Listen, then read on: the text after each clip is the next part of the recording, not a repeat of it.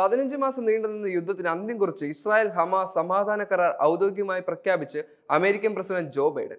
White ഹൗസിൽ നിന്നും രാജ്യത്തെ അഭിസംബോധന ചെയ്ത ബൈഡൻ സമാധാന കരാർ അമേരിക്കൻ നയതന്ത്രജ്ഞരുടെയും ദീർഘകാല ചർച്ചകളുടെയും ഫലമാണെന്ന് വ്യക്തമാക്കി. സമാധാന കരാർ നിലനിൽക്കുമെന്നും തന്റെ വിശ്വാസമെന്നും ബൈഡൻ പറഞ്ഞു.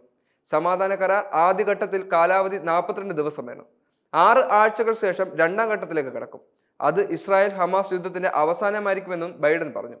കഴിഞ്ഞ മെയ്യിൽ അമേരിക്ക മുന്നോട്ട് വെച്ച സമാധാന കരാറിന്റെ കരട് രേഖയാണ് ഇപ്പോൾ പ്രാവർത്തികമായിരിക്കുന്നത്. ഗാസയിൽ വെടിനിർത്തലിനുള്ള കരാർ ഇസ്രായേലും ഹമാസും അംഗീകരിച്ചതായി അന്താരാഷ്ട്ര മാധ്യമങ്ങൾ റിപ്പോർട്ട് ചെയ്യുകയും ചെയ്തിരുന്നു. ഇക്കാര്യം ബൈഡൻ ഔദ്യോഗികമായി പ്രഖ്യാപിച്ചതോടെ ഗാസയിൽ ശാന്തി പുലരുമെന്ന പ്രതീക്ഷയിലാണ് ലോകം ഇപ്പോൾ ഉറ്റുനോക്കിക്കൊണ്ടിരിക്കുന്നത്. അമേരിക്കയുടെ പിന്തുണയോടെ ഈജിപ്ഷ്യൻ, ഖത്തർ മധ്യസ്ഥർ നടത്തിയ മാസങ്ങൾ നീണ്ട തീവ്രമായ ചർച്ചകൾക്ക് ശേഷമാണ് ഈ വഴിത്തിരിവ് വന്നിരിക്കുന്നത്. ബന്ദികളുടെയും പാലസ്തീൻ തടവുകാരുടെയും മോചനത്തിനും ധാരണ ഉണ്ടായിട്ടുണ്ടെന്നാണ് വിവരങ്ങൾ ലഭിക്കുന്നത്. 94 ഇസ്രായേലി തടവുകാരാണ് ഹമാസിന്റെ പക്കൽ ഇപ്പോഴുള്ളത്. 1000 പാലസ്തീനി തടവുകാരെയായിരിക്കും ഇസ്രായേൽ ഇപ്പോൾ കൈമാറാൻ ഉദ്ദേശിച്ചിട്ടുള്ളത്.